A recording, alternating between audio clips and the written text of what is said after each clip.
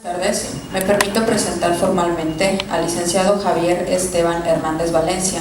El señor Hernández Valencia es de nacionalidad peruana, es graduado en la Facultad de Derecho de la Pontificia Universidad Católica de su país y estudió la maestría en Ciencias Políticas en la Pontificia Universidad Javeriana de Colombia. Tiene además una amplia formación en Derechos Humanos y Operaciones de Mantenimiento de la Paz, adquirida en numerosos cursos, seminarios y conferencias de nivel nacional e internacional. Es representante en México de la Alta Comisionada de las Naciones Unidas para los Derechos Humanos desde septiembre de 2010.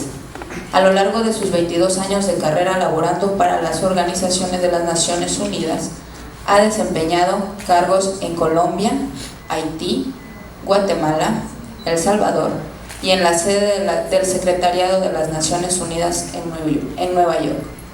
Su experiencia abarca un amplio rango de modelos de asistencia internacional que va desde la integración de divisiones de asuntos políticos en operaciones de mantenimiento de paz, así como divisiones de asuntos civiles, hasta oficinas de derechos humanos y comisiones de la verdad. Con anterioridad a su servicio en la ONU, el señor Hernández Valencia fue investigador asociado del Instituto de Diálogo y Propuestas, organización peruana especializada en estudios y promoción de la ciudadanía y la democracia, y colaborador de la revista trimestral Cuestión de Estado. También asesor del despacho del jefe del Instituto Nacional de Planificación del Perú, asesor del despacho ministerial del Ministerio de Educación del Perú, jefe de despacho del Senado Rolando Ames en el periodo legislativo 85 al 90, investigador en la Comisión del Congreso de la República del Perú sobre las masacres de los penales en 1986 y profesor asociado del curso sobre realidad nacional del Instituto Superior de Estudios Tecnológicos, Juan de Lima. El señor Hernández habla además el castellano, inglés, francés y creole haitiano. Gracias, licenciado Javier. Bienvenido.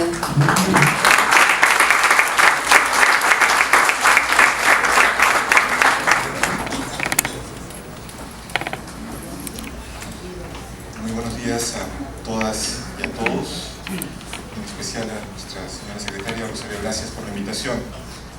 Quiero también agradecer la posibilidad de compartir este panel con Javier y con Ana, compañeros de batallas múltiples, y con los cuales esperamos, como dicen en los corrillos taurinos, completar jornada.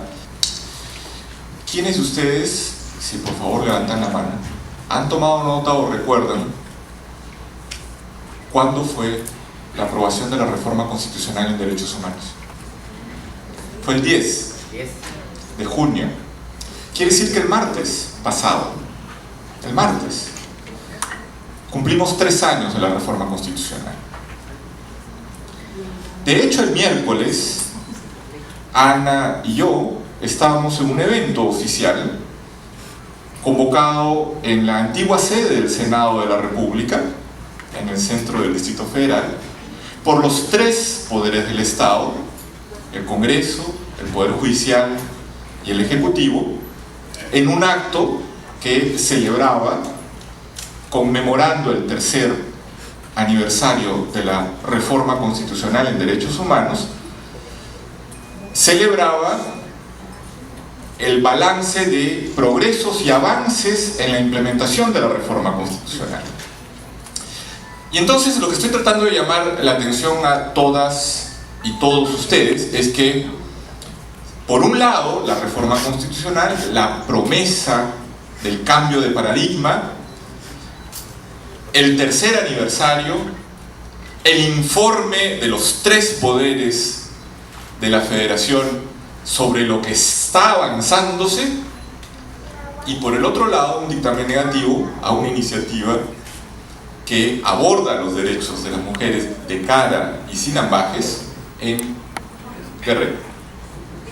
Y entonces, esta grave distorsión, ¿no?, en por dónde va el país oficial, el país que se relaciona con las instancias internacionales, el país que va a los foros, el país que desde la Federación reporta y se enorgullece, y con razón, sobre la reforma constitucional, su contenido, pero además sus avances, y por el otro lado otro país que se traba o no acompaña y no fortalece ese sentido de la historia en el que las mexicanas y los mexicanos se han dotado de una reforma tan importante, y lo decían ayer el propio presidente del Senado, tal vez la reforma cuyos contenidos es la más importante desde la Constitución de 1917.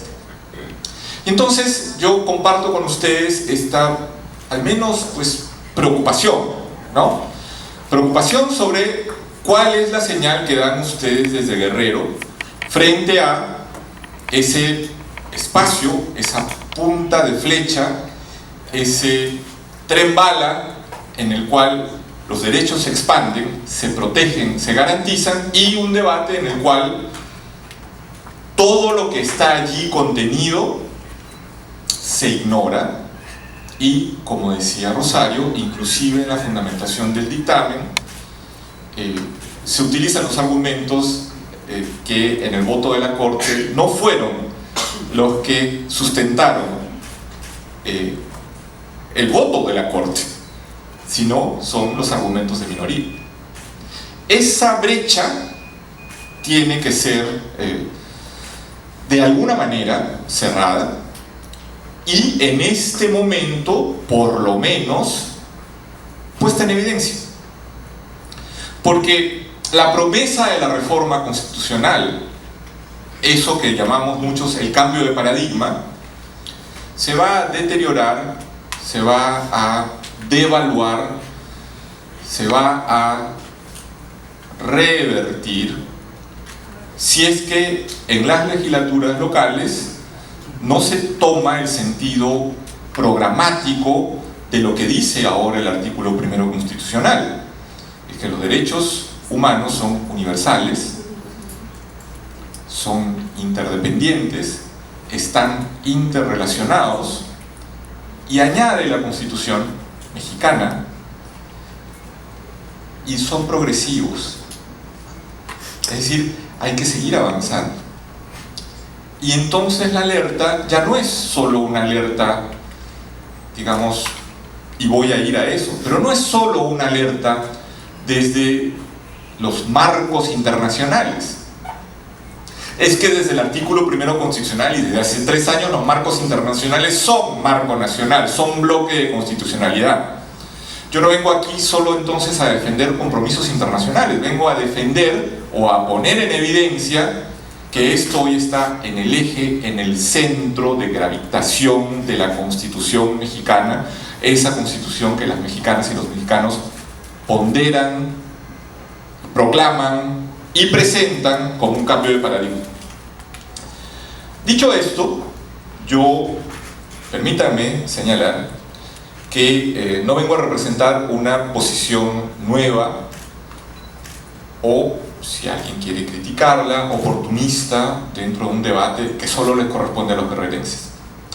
Ya el 7 de mayo, o sea, hace 5 semanas, justo en ocasión de la presentación de la iniciativa del gobernador Aguirre, nosotros nos pronunciamos de manera pública en un comunicado que tuvo espero algún impacto en Guerrero, pero sí ciertamente tuvo un impacto nacional.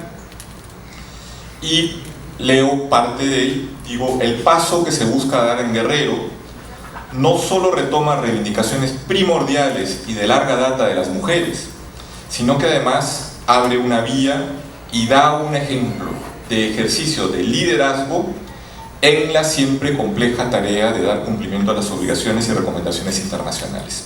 Quiero retener esta idea que pusimos por escrito hace 5 semanas. Abrir una vía, dar un ejemplo, ejercer un liderazgo.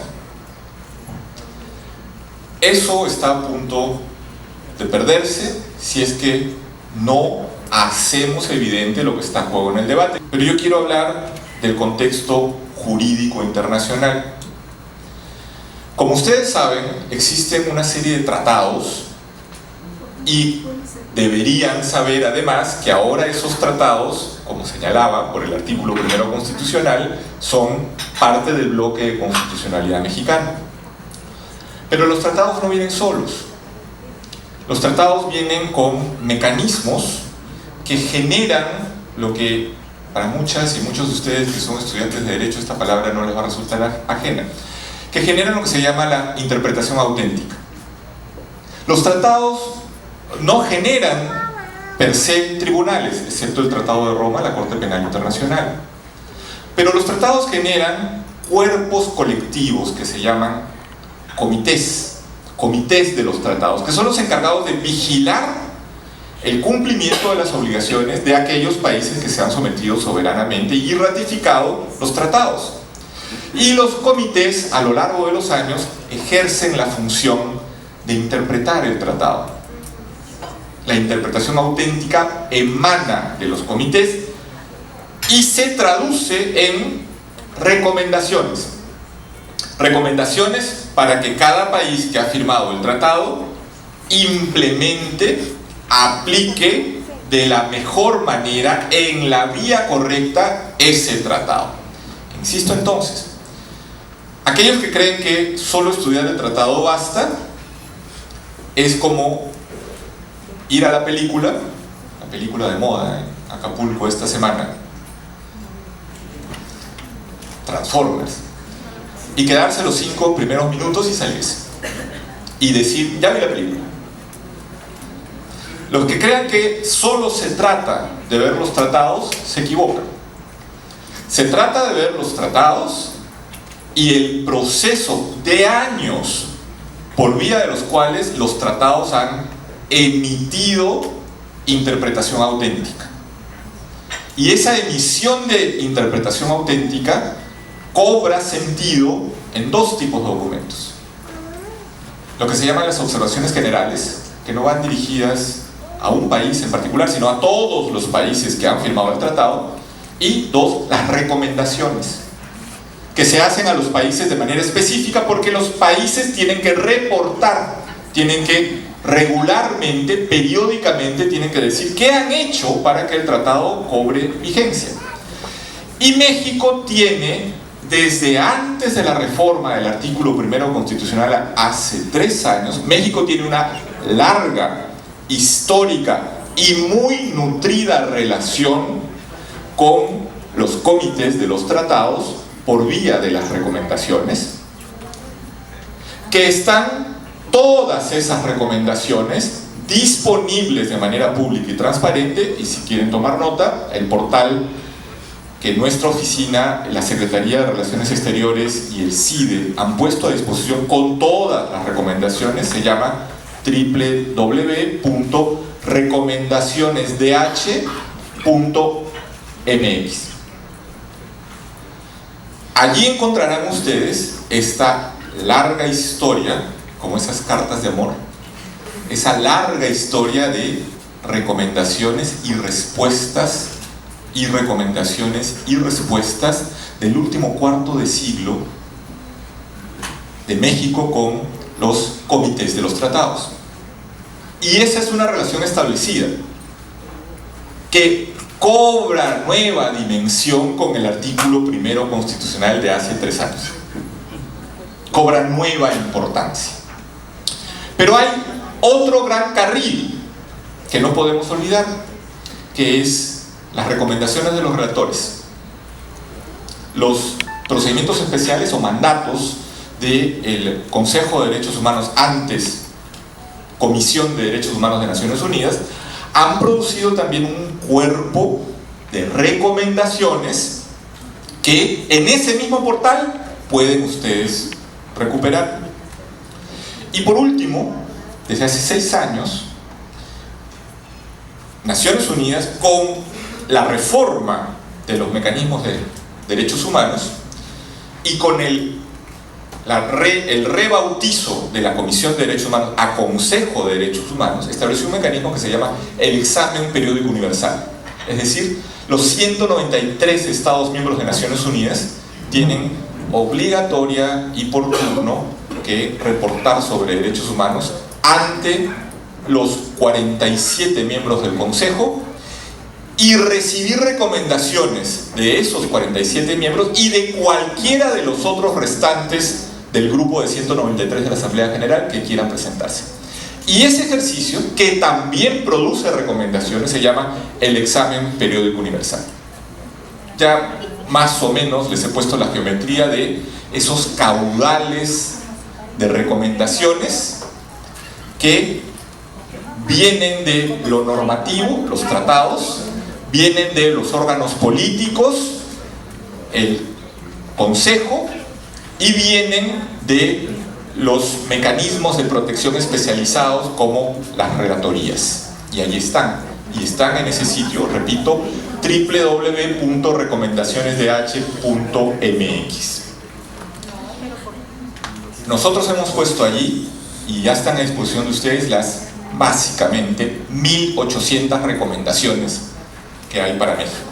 Y si ustedes entran allí y buscan solo por palabras, mujeres, más salud, más derechos sexuales y reproductivos, verán que les salen todas.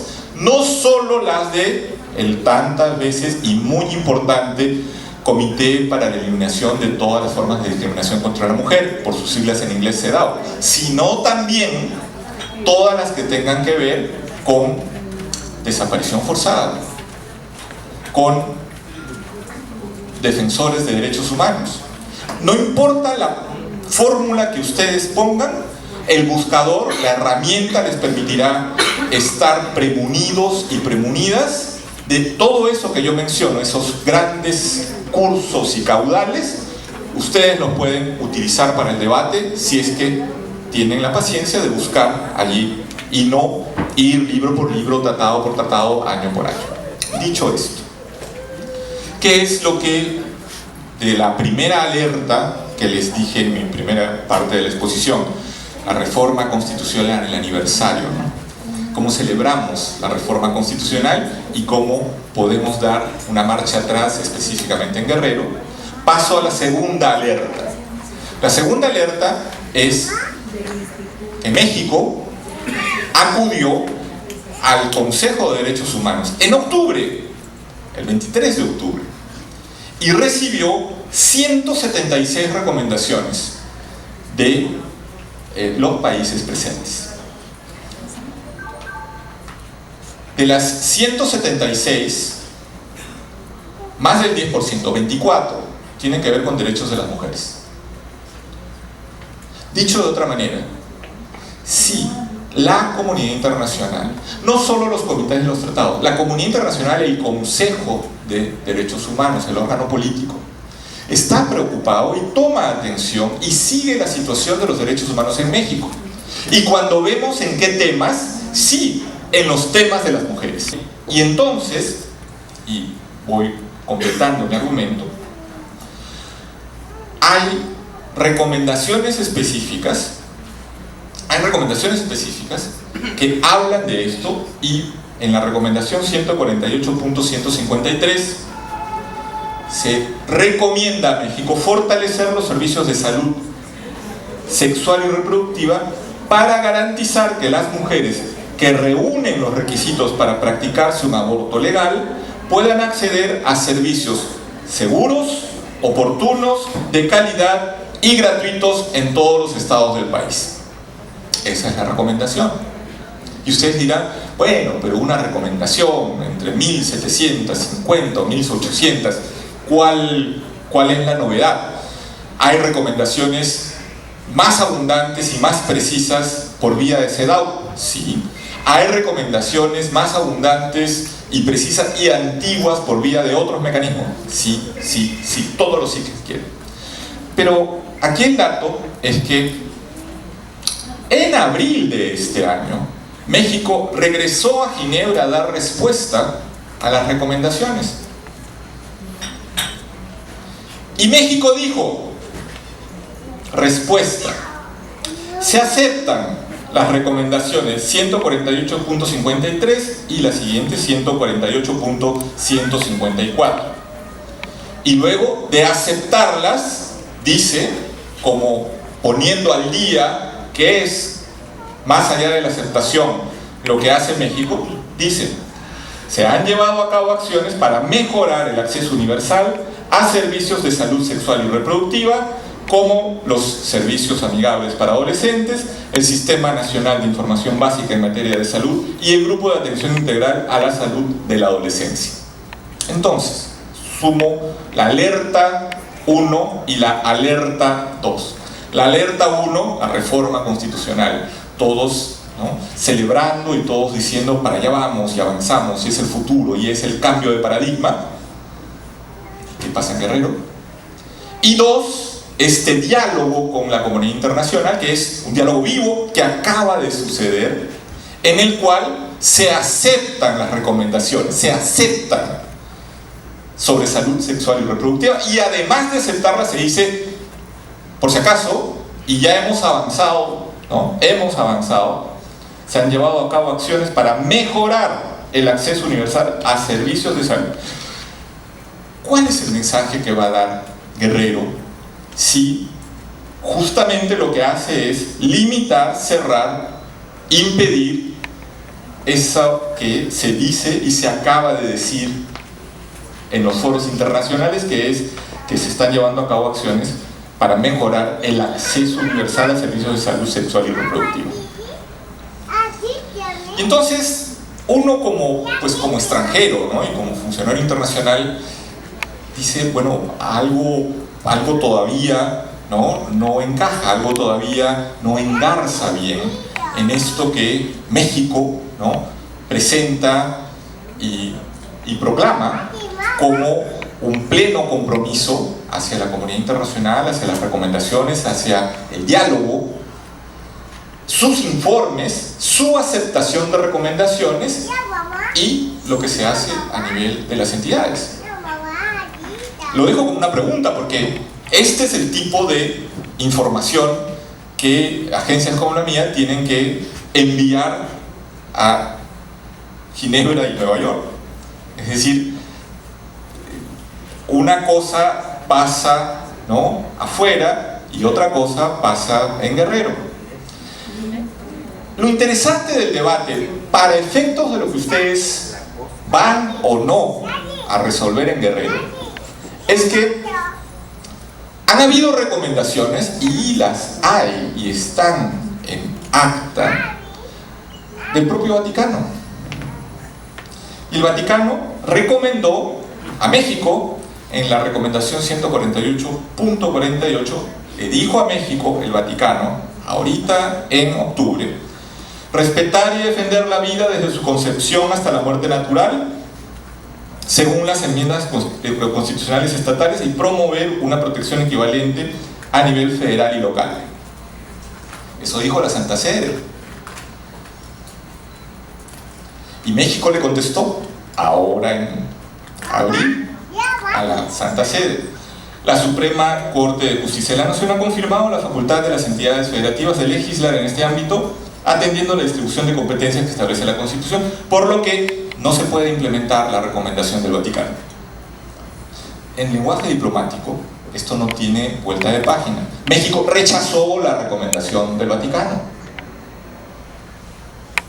Entonces, por un lado, acepta México, el gobierno federal, la recomendación de ampliar y garantizar acceso y oportunidades para ejercer derechos sexuales y reproductivos, y por el otro lado le dice al Vaticano: esa recomendación que ustedes hacen no la aceptamos.